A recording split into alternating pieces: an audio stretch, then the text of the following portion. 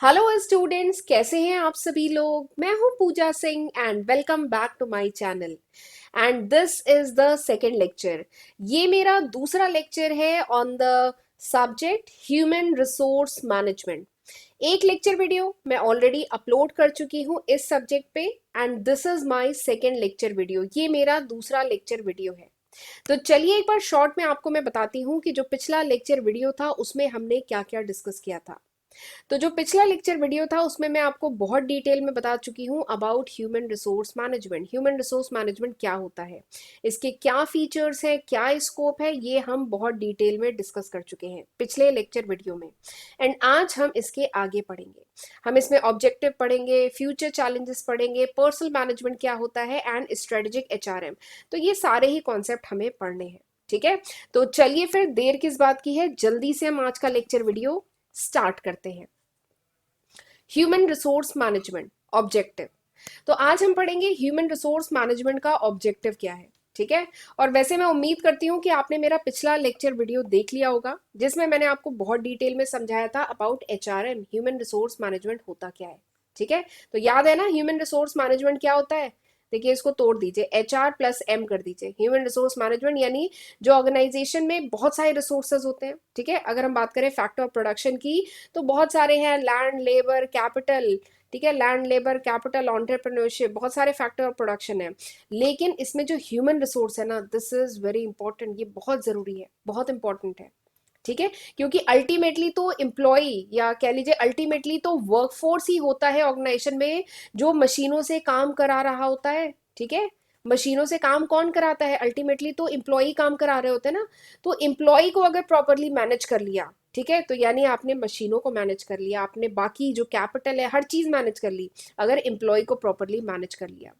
Employ अगर motivated है, competent है, क्वालिफाइड है, विल पावर स्ट्रांग है, करने की इच्छा शक्ति है, अगर एम्प्लॉय बढ़िया मिल गए ना, ऑनेस्ट मिल गए, अच्छे मिल गए किसी भी ऑर्गेनाइजेशन को, तो नो डाउट वो ऑर्गेनाइजेशन बहुत ग्रो करेगी।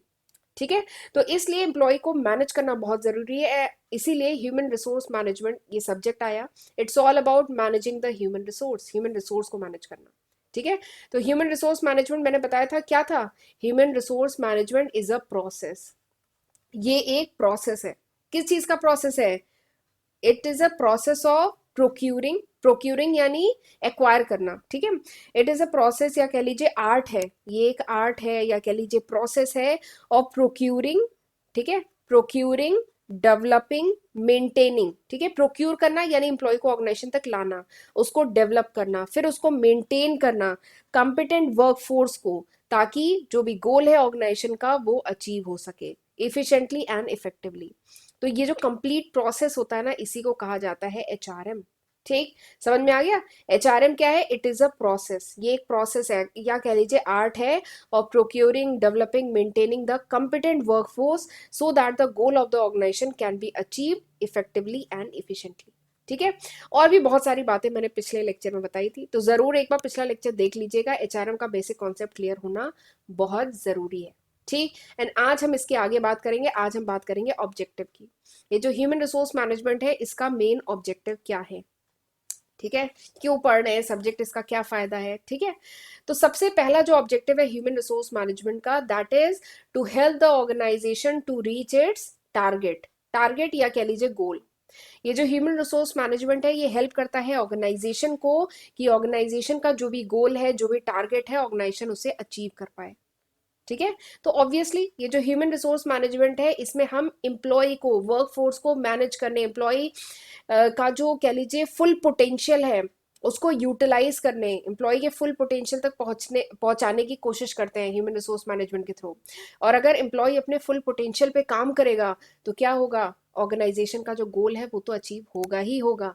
ठीक है, तो सबसे पहला यही ऑब्जेक्टिव है कि ह्यूमन रिसोर्स मैनेजमेंट हेल्प करता है ऑर्गेनाइजेशन को to reach its target, to reach its गोल।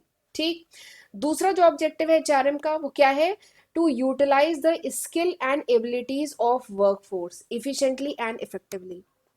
यानी ये जो ह्यूमन रिसोर्स मैनेजमेंट है वो हेल्प करता है ऑर्गेनाइजेशन को कि ऑर्गेनाइजेशन जो भी एम्प्लॉयज की जो भी स्किल है, जो भी टैलेंट है, जो भी एबिलिटी है, जो भी क्वालिफिकेशन है, जो भी एक्सपीरियंस है वर्कफोर्स का, उसको अच्छे से यूटिलाइज करें। ठीक है, देखो एक ऑर्गेनाइजेशन है, सपोज करिए, वहां पे एम्प्लॉय तो बहुत कॉम्पिटेंट है, बहुत क्वालिफाइड, एक्सपीरियंस, बहुत महंगे, बहुत हाई पैकेज पे एम्प्लॉय को लेके आया गया है इस ऑर्गेनाइजेशन में। ठीक है, लेकिन वो एम्प्लॉय अगर काम ही नहीं करना चाहते, वो मोटिवेटेड ही नहीं है, ठीक है, उन्हें प्रॉपर गाइडेंस नहीं मिल पा रही है, तो क्या है, वो फिर इतना अच्छा नहीं है ना ऑर्गेनाइजेशन के लिए। तो ह्यूमन रिसोर्स मैनेजमेंट के थ्रू जो भी ऑर्गेनाइजेशन में जो एम्प्लॉय है, उनकी जो एबिलिटी है, उनका जो एक्सपीरियंस है, उनकी जो स्किल है, टैलेंट है, ठीक है, उनकी जो क्वालिफिकेशन है, इसको इफेक्टिवली एंड इफिशिएंटली यूटिलाइज किया जा सकता है ह्यूमन रिसोर्स मैनेजमेंट के द्वारा। ठीक है, तो ये भी एक ऑब्जेक्टिव है। तीसरा जो ऑब्जेक्टिव है ह्यूमन रिसोर्स मैनेजमेंट का, क्या है, to acquire well trained and well motivated employ. देखिए, अगर किसी ऑर्गेनाइजेशन को, मैं बार बार कहती हूँ, अगर किसी ऑर्गेनाइजेशन को अच्छे एम्प्लॉय मिल गए ना, तो सब पूरा कल्याण हो गया। ठीक है, देखिए, फाइनेंस की अगर ऑर्गेनाइजेशन में दिक्कत है, वो मैनेज हो सकता है, मशीन की दिक्कत है, वो भी मैनेज हो जाएगी, हर चीज मैनेज हो जाएगी, बट अगर एम्प्लॉय मोटिवेटेड नहीं है, एम्प्लॉय काम ही नहीं करना चाहते, तो उसका मतलब उसको सॉल्व करना सबसे ज्यादा इंपॉर्टेंट है। ठीक है, हर प्रॉब्लम, फाइनेंस की, कैप और जितनी भी प्रॉब्लम ऑर्गेनाइजेशन में हो सकती है, वो सब एक लेवल को बाद में आती है। सबसे पहले जरूरी है well trained and well motivated employ. Employ कह लीजिए सबसे इंपॉर्टेंट एसेट होते हैं किसी भी ऑर्गेनाइजेशन का। तो ये जो ह्यूमन रिसोर्स मैनेजमेंट है ना, this helps in getting well trained. ठीक है, ह्यूमन रिसोर्स मैनेजमेंट में ट्रेनिंग भी तो आएगा एक टॉपिक, मैंने बताया था ना अभी आगे पिछले लेक्चर में बताया था। ह्यूमन रिसोर्स मैनेजमेंट में हम ट्रेनिंग एंड डेवलपमेंट भी पढ़ते हैं। ये ह्यूमन रिसोर्स मैनेजमेंट का फंक्शन है, ट्रेनिंग एंड डेवलपमेंट। ठीक है, on the job training, of the job training, और भी कई टाइप की ट्रेनिंग, सब पढ़ेंगे हम लोग डिटेल में। ठीक है, तो ये भी ह्यूमन रिसोर्स मैनेजमेंट का पार्ट है, फंक्शन है कह लीजिए। तो ह्यूमन रिसोर्स मैनेजमेंट हेल्प करता है ऑर्गेनाइजेशन को well trained and well motivated employ मिले। ये भी एचआरएम का मेन उद्देश्य है। ठीक है, और ये बहुत जरूरी है। ठीक, अगला जो ऑब्जेक्टिव है, to provide employees job satisfaction. देखिए, मैंने बताया ना, एम्प्लॉय का सेटिस्फाइड रहना, एम्प्लॉय खुश रहेगा तभी तो काम करेगा। एम्प्लॉय खुश कब रहेगा, मोटिवेटेड कब रहेगा, ठीक है, जब उसकी सारी जो भी एम्प्लॉयज के साथ जो भी इश्यूज हैं वो सॉल्व हो, एम्प्लॉय को अच्छी वर्किंग कंडीशन मिले, ठीक है, तभी तो एम्प्लॉय खुश रहेगा। तो वही चीज है, तो ये ह्यूमन रिसोर्स मैनेजमेंट का ही पार्ट है। ह्यूमन रिसोर्स मैनेजमेंट का ये ऑब्जेक्टिव है कि एम्प्लॉय को जॉब सेटिस्फैक्शन प्रोवाइड करना, एम्प्लॉय को सेल्फ एक्चुअलाइजेशन प्रोवाइड करना, ये भी एचआरएम का ऑब्जेक्टिव है। ठीक, अगला जो ऑब्जेक्टिव है एचआरएम का, to develop and maintain a quality of work life. ठीक है, यानी अच्छी वर्किंग कंडीशन प्रोवाइड करना। ठीक है, देखिए, एम्प्लॉय ऑर्गेनाइजेशन में कितने घंटे बिताता है, कम से कम 8 घंटे तो बिताता है। ओवर टाइम और आजकल प्राइवेट जॉब का चक्कर है, तो जाने का समय होता है, ऑर्गेनाइजेशन से आने का समय नहीं होता है, जानते हैं। ठीक है, प्राइवेट जॉब वगैरह का है, तो एम्प्लॉय इतने घंटे, कम से कम 8 घंटे तो ऑर्गेनाइजेशन में बिताता ही है। ठीक है, तो 8 घंटे अगर बिता रहा है, तो उसको जो वर्किंग एनवायरनमेंट चाहिए, आसपास की जो सराउंडिंग चाहिए, दैट शुड बी गुड, वो अच्छी होनी चाहिए, तभी एम्प्लॉय इतने 8 घंटे ऑर्गेनाइजेशन में तभी काम कर पाएगा। ठीक है, तो ये भी एचआरएम का ही ऑब्जेक्टिव है कि एम्प्लॉय को, ठीक है, एम्प्लॉय के लिए एक क्वालिटी वर्क लाइफ डेवलप करे और मेंटेन करे। ठीक है, जो उसे बेसिक चीजें चाहिए ऑर्गेनाइजेशन में, अच्छी वर्किंग कंडीशन चाहिए, वो सब प्रोवाइड करे। ठीक है, तो this is also objective of HRM. And last इधर ऑब्जेक्टिव क्या लिखा है, to communicate the HR policy to all employ. यानी जितने भी एम्प्लॉय हैं ऑर्गेनाइजेशन के, ठीक है, उन सबको एचआर पॉलिसी, ठीक है, एचआर पॉलिसी उन सबको कम्युनिकेट करे। एचआर पॉलिसीज मतलब समझ रहे हैं ना, ऑर्गेनाइजेशन के बहुत सारे पॉलिसीज होते हैं, रूल रेगुलेशन होते हैं, लीव से रिलेटेड, ठीक है, या सपोज करिए उनके कुछ हेल्थ इश्यूज से रिलेटेड, ठीक है, या अगर कोई वो एजुकेशनल लीव ले रहे हैं उससे रिलेटेड, या डिसिप्लिनरी मैटर से रिलेटेड, बहुत सारे पॉलिसीज होती हैं ऑर्गेनाइजेशन के। ठीक है, तो जितनी भी पॉलिसीज हैं, ये कम्युनिकेट करना, एम्प्लॉय को पता तो होनी चाहिए। ठीक है, ये सब कम्युनिकेट करना भी एचआरएम का ऑब्जेक्टिव है। ठीक है, तो ये कुछ आपको मैंने 6 ऑब्जेक्टिव बता दिए ह्यूमन रिसोर्स मैनेजमेंट के। ठीक है, समझ में आ गया ह्यूमन रिसोर्स मैनेजमेंट के ऑब्जेक्टिव। सबसे पहला कि ह्यूमन रिसोर्स मैनेजमेंट का ऑब्जेक्टिव है कि ऑर्गेनाइजेशन अपने गोल को अचीव कर पाए। ठीक है, जो भी स्किल एंड एबिलिटी है वर्कफोर्स की, उसे प्रॉपरली यूटिलाइज हो। ठीक, ऑर्गेनाइजेशन को well train and well motivated employ provide करना, ये भी एचआरएम का काम है। एम्प्लॉय को जॉब सेटिस्फैक्शन मिले, एम्प्लॉय को अच्छी वर्किंग कंडीशन मिले, एम्प्लॉय को ऑर्गेनाइजेशन की सारी एचआर पॉलिसी के बारे में पता हो, तो ये सारे ऑब्जेक्टिव हैं एचआरएम के। ठीक, समझ में आ गया या मतलब? चलिए आगे बढ़ते हैं। अच्छा, आगे बढ़ने से पहले मैं आपको अपने first channel accounting master class के बारे में थोड़ा सा बताना चाहती हूँ। ये जो चैनल है जिस पे आप ये वीडियो देख रहे हैं, ये मेरा सेकंड चैनल है पूजा सिंह के नाम से। बट मेरा मेन चैनल या कह लीजिए फर्स्ट चैनल जो है वो अकाउंटिंग मास्टर क्लास है, जिस पे मैं 600 से भी ज़्यादा वीडियो लेक्चर्स आज की तारीख यानी जनवरी 2023 तक अपने चैनल पे अपलोड कर चुकी हूँ। ये एक बार वीडियो को पॉज कर लीजिएगा, ये देख लीजिए लिस्ट ऑफ सब्जेक्ट है जो मैं आज की तारीख तक अपने first channel accounting master class पे कवर कर चुकी हूँ। तो ज़रूर इसका फ़ायदा उठाइएगा, इसकी हेल्प से पढ़िएगा। ठीक है? और अब वैसे अगर ये वीडियो आप कुछ महीने बाद देख रहे हैं, कुछ साल बाद देख रहे हैं ना, तो इसमें मैं काफ़ी सब्जेक्ट ऐड कर चुकी होंगी नए। ये अभी तक है, जनवरी 2023 तक। तो ज़रूर इसका फ़ायदा उठाइएगा। और अगर मेरे चैनल पे जो अपलोडेड वीडियोस हैं उनके नोट्स चाहिए, then you can download my application from Google Play Store. और मेरे दोनों चैनल, मेरा पहला चैनल है अकाउंटिंग मास्टर क्लास एंड दूसरा चैनल है पूजा सिंह के नाम से। दोनों ही चैनल को ज़रूर सब्सक्राइब कर लीजिएगा। ठीक, एंड नोटिफिकेशन बेल भी प्रेस कर लीजिएगा, तभी आपको मेरे अपकमिंग वीडियोस की नोटिफिकेशन मिल पाएगी। ओके? और मेरे जो दोनों ही चैनल है उस पर मैं कॉमर्स के डिफरेंट सब्जेक्ट कवर कर चुकी हूँ, कवर करती हूँ, सॉरी। और मेरे एक्चुअली मैं बैक टू बैक, ये मेरा तीसरा लेक्चर रिकॉर्ड हो रहा है आज। एक लिक्विडेशन ऑफ कंपनी का मैंने आज रिकॉर्ड किया है, और दो मैं एचआर के लेक्चर रिकॉर्ड कर रही हूँ। तो एकदम बोलते बोलते ना एकदम मतलब अब स्टैमर करने लगी, तो बस ये मैं थोड़ा सा और पढ़ा के बस वाइंड अप करूंगी आज। तो ये मेरे वीडियो जो है अगर यूजफुल लगे, अगर लगे कि आपकी मैम आपके लिए इतनी मेहनत कर रही हैं, डेली वीडियोस डाल रही हैं, तो प्लीज़ मेरे लेक्चर को लाइक करना मत भूलिएगा। कमेंट सेक्शन में ज़रूर बताइएगा कि आपके स्कोर्स के हैं। ठीक है? ये ज़रूर मुझे बताइएगा, इससे मुझे आइडिया लगेगा कि किसी भी टॉपिक पे मुझे कितनी डेप्थ में जाना है, कौन कौन से टॉपिक कवर करने हैं। आप ग्रेजुएशन के हैं, मास्टर्स के हैं, ये सब मुझे ज़रूर बताइएगा। ठीक? और लेक्चर अपने फ्रेंड्स के साथ भी ज़रूर शेयर किया करिए। ओके? तो चलिए आगे बढ़ते हैं। अब मैं आपको बताती हूँ फ्यूचर चैलेंजेस। ये जो ह्यूमन रिसोर्स मैनेजमेंट है, इसके फ्यूचर चैलेंजेस क्या हैं? फ्यूचर चैलेंजेस कह लीजिए, या कह लीजिए अभी के भी चैलेंजेस, अगर हम 5 से कंपेयर करें तो अभी जो ह्यूमन रिसोर्स मैनेजमेंट है इसकी डिमांड बहुत ज़्यादा बढ़ गई है।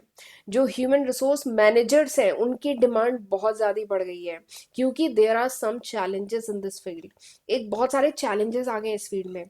ठीक है? तो ये कुछ 5 इंपॉर्टेंट चैलेंजेस है, इसको हम डिटेल में पढ़ेंगे। सबसे पहला इंपॉर्टेंट चैलेंज है that is size of the employ, या कह लीजिए size of the work force. इसको वर्क फोर्स कहें तो ज्यादा अच्छा रहेगा, साइज ऑफ वर्क फोर्स। ठीक? तो हम जानते हैं कॉरपोरेट सेक्टर बढ़ते जा रहे हैं। ठीक है?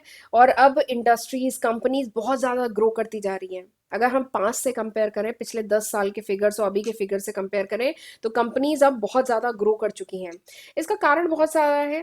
इसका कारण कुछ ग्लोबल कंपटीशन है, ग्लोबल कंपटीशन बहुत ज़्यादा बढ़ रहा है। हर सेक्टर की बात करें, हर सेक्टर में ग्लोबल कंपटीशन बहुत ज़्यादा बढ़ गया है, इसलिए कंपनीज अब बहुत ज़्यादा ग्रो कर रही हैं। ठीक है? अब कंपनीज ग्रो करेंगी तो एम्प्लॉय भी ज़्यादा हायर करेंगी, वर्कफोर्स बढ़ेगा। ठीक है? तो वही है साइज ऑफ वर्कफोर्स। वर्कफोर्स का साइज बढ़ेगा, नंबर ऑफ एम्प्लॉय बढ़ेंगे। अब अगर नंबर ऑफ एम्प्लॉय बढ़ेंगे, तो ये जो एचआर मैनेजर हैं उनका काम बढ़ेगा कि नहीं बढ़ेगा? ये जो एचआर मैनेजर है इनका काम भी तो बढ़ेगा। ठीक है? अब इनको इतने ज्यादा एम्प्लॉयज का पे पैकेज, इनकी ट्रेनिंग, इनका डेवलपमेंट, इनका रिक्रूटमेंट, सिलेक्शन, इंडक्शन और भी दुनिया भर की चीजें, मोटिवेशन वगैरह और सारी चीजें इन्हें देखनी पड़ेगी ना एचआर मैनेजर को। तो वही है इनके सामने एक न्यू चैलेंज, मतलब न्यू चैलेंज अभी के लिए भी और फ्यूचर के लिए भी। ये चैलेंज है एचआरएम के सामने, ह्यूमन रिसोर्स मैनेजमेंट के सामने, ह्यूमन रिसोर्स मैनेजर के सामने। क्या? कि साइज ऑफ वर्कफोर्स बढ़ता जा रहा है। ठीक है? अब वैसे ये अच्छी बात है, एम्प्लॉयमेंट बढ़ रहा है, लोगों को नौकरी मिल रही है, कॉर्पोरेट सेक्टर और ग्रो कर रहा है क्योंकि कंपटीशन बढ़ता जा रहा है। अब बढ़ेगा तो एम्प्लॉय भी हायर होंगे, खूब एम्प्लॉय काम करेंगे। अब एम्प्लॉय ज़्यादा काम करेंगे तो इतने सारे एम्प्लॉय का इतना बड़ा डेटाबेस, और उनको अच्छी वर्किंग कंडीशन प्रोवाइड करना, उनको अच्छे पैकेज प्रोवाइड करना, उनको बेनिफिट्स प्रोवाइड करना, तो ये सब काम किसका है? एचआर मैनेजर का हेडेक है। ठीक है? तो this is a first challenge, ये पहला चैलेंज है। ठीक? दूसरा चैलेंज क्या है? Composition of workforce. दूसरा चैलेंज क्या है? Composition of workforce. Composition of workforce इसका मतलब क्या है? कि जो वर्कफोर्स है, ठीक है, जो एम्प्लॉयज है ऑर्गेनाइजेशन में, उनका कंपोजिशन चेंज हुआ है पिछले कुछ सालों में। ये बात समझ में आ रही है? वैसे पिछले कह लीजिए 10-15 सालों में कंपोजिशन काफी ज्यादा चेंज हुआ है। अब ये बहुत अच्छी बात है कि अब विमेन्स जो है बहुत सारी वर्क प्लेस पे मतलब वर्क कर रही हैं, बाहर निकल के काम कर रही हैं, और ये बहुत अच्छी बात है। अगर मैं बात करूं पिछले 20 साल पहले या 15 साल पहले इतने ज़्यादा नंबर्स में विमेन एम्प्लॉय नहीं हुआ करती थी, लेकिन अब पिछले 10-15 सालों से विमेन एम्प्लॉयज़, विमेन एंटरप्रेन्योर ये बहुत बढ़ गए हैं। ठीक है, तो ये बहुत अच्छी बात है। तो इससे क्या है, कंपोजिशन ऑफ वर्क फोर्स मतलब चेंज हुआ है थोड़ा सा।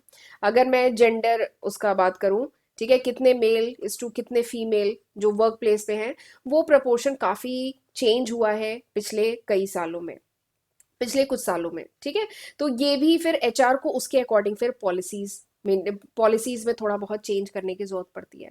तो ये भी उनके लिए एक चैलेंज है। ठीक है, मुझे एक क्वेश्चन याद आ रहा है, एक क्विज, चलिए आप मुझे बताइएगा कमेंट सेक्शन में। अच्छा, एक equal pay for equal work, एक ये कॉन्सेप्ट है, equal pay for equal work.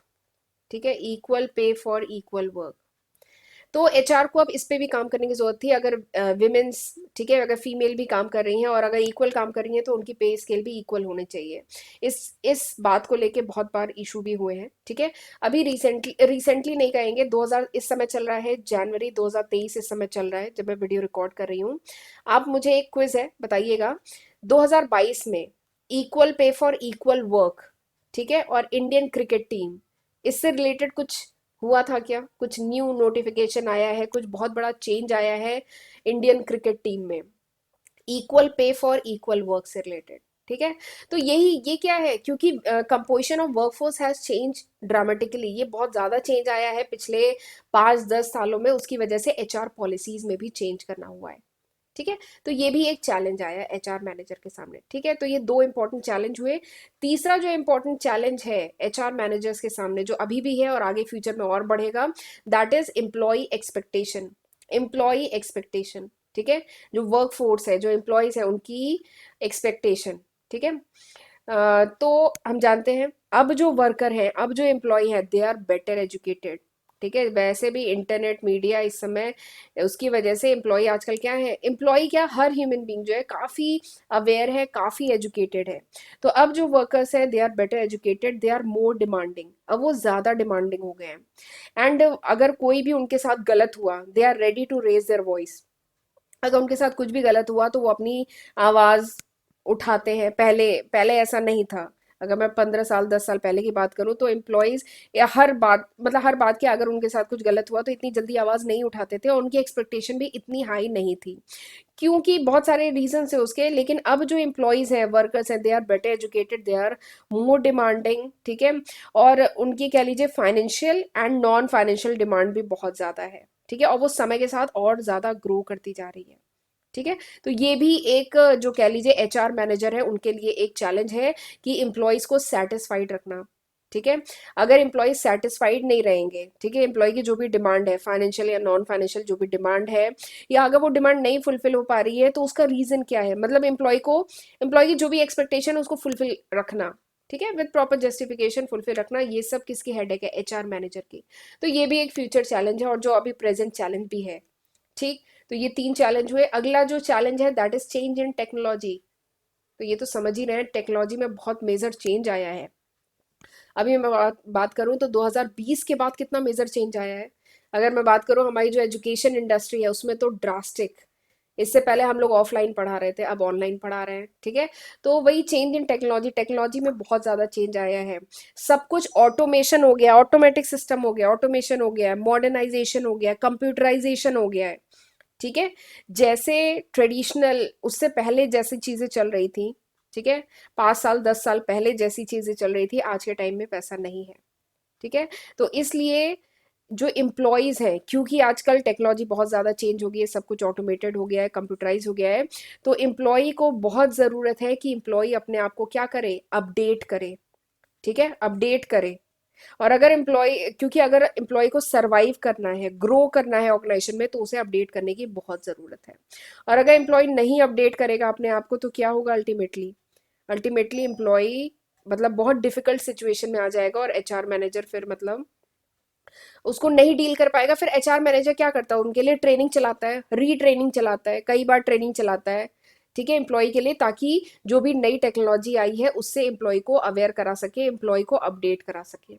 तो ये भी एचआर मैनेजर के सामने एक नया चैलेंज है कि अपने एम्प्लॉयज़ को अपडेट कराए, उसके रिगार्डिंग एम्प्लॉयज़ की ट्रेनिंग कराए, रीट्रेनिंग कराए, कि जब तक एम्प्लॉय अच्छे से नई टेक्नोलॉजी के लिए कंफर्टेबल न हो जाए। क्योंकि अगर एम्प्लॉय कंफर्टेबल नहीं होंगे तो क्या होगा, वो कॉन्फिडेंटली अपना काम नहीं कर पाएंगे और जिससे अल्टीमेटली कंपनी को लॉस होगा। ठीक है, तो ये भी एक एचआर मैनेजर के सामने चुनौती है। अगला जो चैलेंज है एचआर मैनेजर के सामने, अभी भी ये चैलेंज है और आगे भी रहेगा, दैट इज लाइफस्टाइल चेंज। ये जो वर्क फोर्स है, एम्प्लॉयज हैं, लोग हैं, उनमें लाइफस्टाइल चेंज भी तो आया है। ठीक है, अगर बात करें 5 साल 10 साल पहले, उस समय क्या होता था, लोग बहुत जल्दी जॉब चेंज प्रेफर नहीं करते थे। ठीक है, जॉब चेंज करना बहुत जल्दी प्रेफर नहीं करते थे। लेकिन आज के टाइम में क्या है कि कहीं दूसरे कंपनी में अच्छा पैकेज मिला तो क्या होता है, एम्प्लॉय तुरंत स्विच कर जाता है, मूव कर जाता है। ठीक है, और एम्प्लॉय को अगर कोई नई लोकेशन भी मिल रही है, ठीक है, नॉर्थ इंडिया में रहता है, साउथ इंडिया में कहीं बढ़िया लोग, मतलब कोई नई लोकेशन भी मिल रही है और पैकेज वगैरह अच्छा है, एनवायरमेंट अच्छा है, नया कुछ सीखने को मिल रहा है, तो एम्प्लॉय तुरंत मूव कर जाएगा। ठीक है, जबकि पहले ऐसा नहीं था। पहले एम्प्लॉय जॉब चेंज करने मतलब पहले बहुत सोचते थे, इतनी जल्दी नहीं स्विच करते थे, और अगर लोकेशन चेंज करना है तो और ज़्यादा रेजिस्टेंस हो जाते थे, इतनी जल्दी अपनी लोकेशन भी नहीं चेंज करते थे। ठीक है, बट आज के टाइम में क्या है, लाइफस्टाइल चेंज हो गई है, काफ़ी इजी हो गई है, तो कहीं पे भी रह के कहीं पे भी काम करना, ये सब थोड़ा इजी हो गया है। तो ये भी एचआर मैनेजर के सामने बहुत बड़ा चैलेंज है कि अपने एम्प्लॉय को रिटेन करके रखना। ठीक, और आजकल जो एम्प्लॉय हैं उन्हें मोनोटोनस काम नहीं चाहिए। मोनोटोनस मतलब समझ रहे हैं? एक जैसा काम, एक ढर्रे पे सुस्ती वाला काम, आराम से चल रहा है काम, ऐसा काम आज के यूथ को नहीं चाहिए। ठीक है, आज का यूथ क्या चाहता है, चैलेंजिंग जॉब। ठीक है, जिसमें कुछ नया सीखने हो, कुछ चैलेंज हो, ठीक है, उसके साथ ग्रोथ भी मिले। ठीक, तो ऐसी चीजें आज के एम्प्लॉय को चाहिए, आज के वर्कफोर्स को चाहिए। तो ये सब हेडेक किसकी है, एचआर मैनेजर की ये हेडेक है ये सब। ठीक है, एचआर मैनेजर की हेडेक है ना कि एम्प्लॉय को सेटिस्फाइड रखे, एम्प्लॉय को चैलेंजिंग जॉब मिले, एम्प्लॉय की ग्रोथ होती रहनी चाहिए, एम्प्लॉय स्विच ना करे, भाई वो यहीं पर खुश रहे इसी ऑर्गेनाइजेशन में। ठीक है, तो ये सब किसकी हेडेक है, ये सब एचआर मैनेजर की हेडेक है। ठीक है, तो ये सब एचआरएम में आता है, ह्यूमन रिसोर्स मैनेजमेंट में आता है। तो ये कुछ फ्यूचर के और प्रेजेंट के कह लीजिए चैलेंजेस हैं बिफोर एचआरएम। ठीक, तो आई होप आपको ये समझ में आ गया होगा। तो ये 5 चैलेंजेस हैं, अब आप इसको अपनी लैंग्वेज में आराम से डिटेल में एग्जाम में लिखिएगा। ठीक है, तो चलिए, this was all about today's video. अब हम मिलेंगे अगले लेक्चर वीडियो में, और ये लेक्चर यूजफुल लगा तो प्लीज इसको लाइक करना मत भूलिएगा। ठीक है, तो चलिए अब मिलते हैं अगले लेक्चर वीडियो में, तब तक अपना ध्यान रखिएगा। God bless you.